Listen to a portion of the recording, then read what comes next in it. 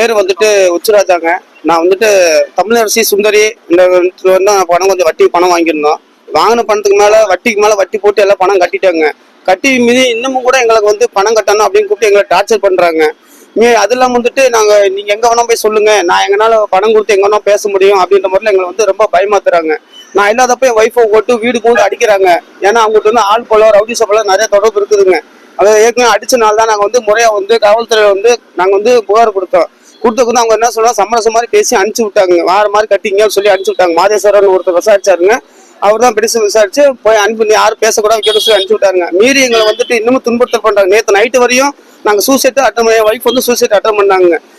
எனக்கு வந்துட்டு மக்கள் ஜனநாயக முன்னேற்ற காலத்துல எல்லாமே எங்களை பேசி எங்களுக்கு தைரியம் கொடுத்து வாங்க காவல்துறை முறைப்படியா போய் கொடுத்து அவங்க நான் வாழ வைக்கிறேன்னு சொல்லி அவங்க தான் எனக்கு பேசி எங்க உயிர் பாதுகாப்பு கொடுத்துக்கிறாங்க. ஏன்னா அவங்கனால எங்களுக்கு எப்போனாலும் உயிருக்கு ஆபத்து இருக்குதுங்க.